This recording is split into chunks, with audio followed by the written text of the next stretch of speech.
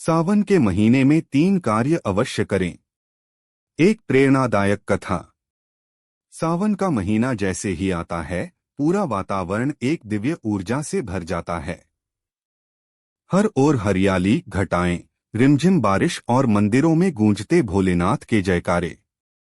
यह महीना केवल ऋतुओं का परिवर्तन नहीं, आत्मा के शुद्धिकरण और शिव भक्ति में लीन हो जाने का समय है। इसी पावन महीने की एक सत्य प्रेरणादायक कथा है, एक वृद्ध ब्राह्मण और उसकी बहू की, जिसने 3 कार्यों से अपना भाग्य बदल डाला। बहुत समय पहले की बात है। काशी के पास एक छोटा सा गांव था, शिवपुर। वहां एक वृद्ध ब्राह्मण हरिदास अपनी बहू गौरी और बेटे मनोहर के साथ रहता था। हरिदास अत्यंत गरीब था, किंतु शिवभक्त था। उसका विश्वास था कि सावन मास में शिव भक्ति से सभी कष्ट कटते हैं। परंतु बहू गौरी इस बात को अधिक महत्व नहीं देती थी। वह कहती, पिताजी, पूजा पाठ से पेट नहीं भरता, घर में अन्न नहीं है, कपड़े फटे हुए हैं और आप दिन भर भोलेनाथ के नाम पर भजन गाते रहते हैं। हरिदास मुस्कुराकर कहता, बेटी, सावन का महीना है, बस 3 काम कर लो, तुम्हारा भाग्य बदल जाएगा। गौरी ने व्यंग्य में पूछा, कौन से 3 काम? हरिदास ने बड़े शांत भाव से उत्तर दिया, सावन में 3 कार्य करने चाहिए। 1. सोमवार का व्रत रखो। 2. शिवलिंग पर जल चढ़ाओ। 3. मन से क्षमा मांगो और दूसरों को क्षमा करो। गौरी हंस पड़ी, क्या इससे गरीबी दूर होगी? हरिदास ने गंभीर होकर कहा, तू करके देख ले गौरी, सावन अभी शुरू हुआ है, पहले सोमवार से आरंभ कर।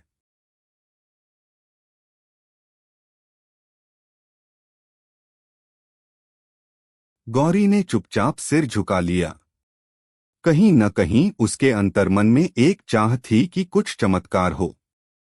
पहला सोमवार, व्रत का प्रभाव। गौरी ने संकल्प लिया कि वह व्रत रखेगी। उस दिन उसने केवल फलाहार किया और प्रातःकाल शिव मंदिर जाकर जल चढ़ाया। जब वह मंदिर से लौटी तो रास्ते में उसे एक बूढ़ा फकीर मिला। फकीर ने कहा, बेटी, कुछ खाने को मिलेगा?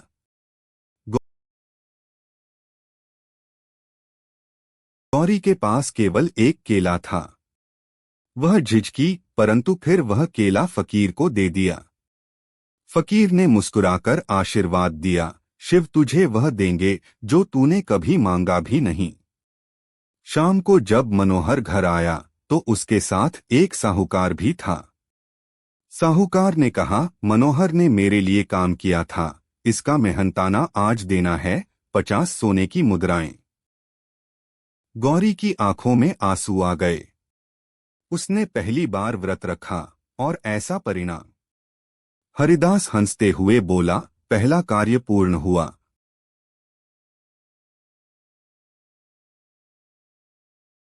अब अगला सोमवार और एक कार्य। दूसरा सोमवार, जल चढ़ाने का चमत्कार। गौरी अब थोड़ी श्रद्धालु हो गई थी। उसने दूसरा सोमवार भी व्रत रखा और शिवलिंग पर गंगाजल चढ़ाने गई। जैसे ही उसने जल अर्पित किया, पुजारी ने उसे बुलाया। बेटी, तुम्हारे स्पर्श से शिवलिंग का रंग निखर गया है। क्या तुम कुछ विशेष मंत्र जप रही थी? गौरी ने विनम्रता से कहा, नहीं महाराज, मैं तो बस ओम नमः शिवाय कह रही थी। पुजारी मुस्कुराकर बोले, तुम्हारे मन की भक्ति ने उसे सुंदर बना दिया। उसी दिन मंदिर के पुजारी ने गौरी को रसोई में मदद के लिए बुलाया। सप्ताह भर का कार्य करने पर उसे 10 सोने की मुद्राएं मिलीं। गौरी ने आकर हरिदास को बताया। हरिदास ने कहा, दूसरा कार्य भी सिद्ध हो गया।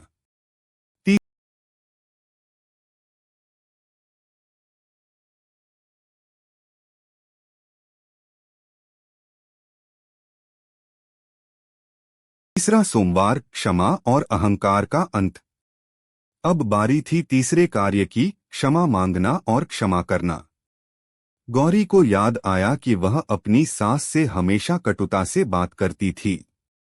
सास अब इस दुनिया में नहीं थीं, परंतु उनका आशीर्वाद कभी गौरी को नहीं मिला।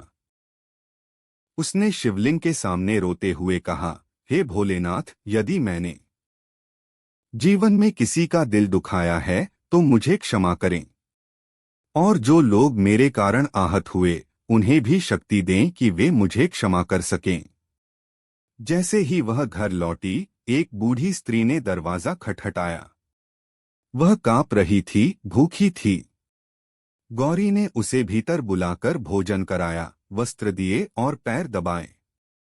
बूढ़ी स्त्री की आंखें भर आईं। उसने कहा, बेटी, तू साक्षात पार्वती है। तुझ पर शिव की कृपा बनी रहे। उस रात गौरी को स्वप्न आया, शिव और पार्वती स्वयं उसके घर आए। शिव बोले, बेटी, तीनों कार्यों को तूने पूर्ण किया। अब तेरा भाग्य तेरे चरणों में है। तू जिस भी वस्तु को छुएगी वह संपन्नता में बदलेगी।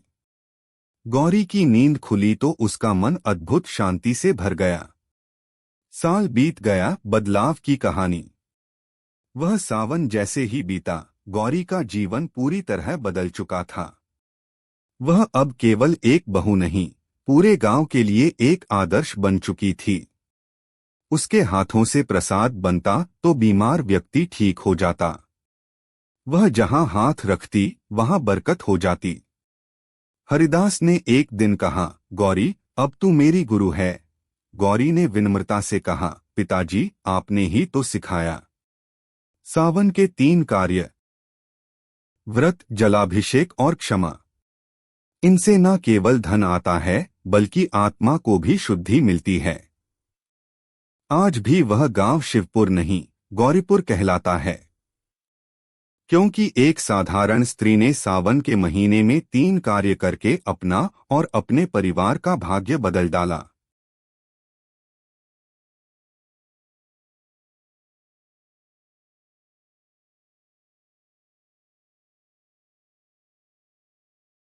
सीख है, सावन का महीना केवल पर्व नहीं, आत्मशुद्धि का समय है। यदि हम सच्चे मन से 1. सोमवार का व्रत रखें, 2. शिवलिंग पर जल चढ़ाएं, 3. मन से क्षमा मांगें और दूसरों को क्षमा करें, तो न केवल ईश्वर प्रसन्न होते हैं बल्कि हमारा जीवन भी धन्य हो जाता है। अगर आप शिव जी के सच्चे भक्त हैं तो चैनल को सब्सक्राइब करो और वीडियो को लाइक करके कमेंट में हर हर महादेव लिख दीजिए।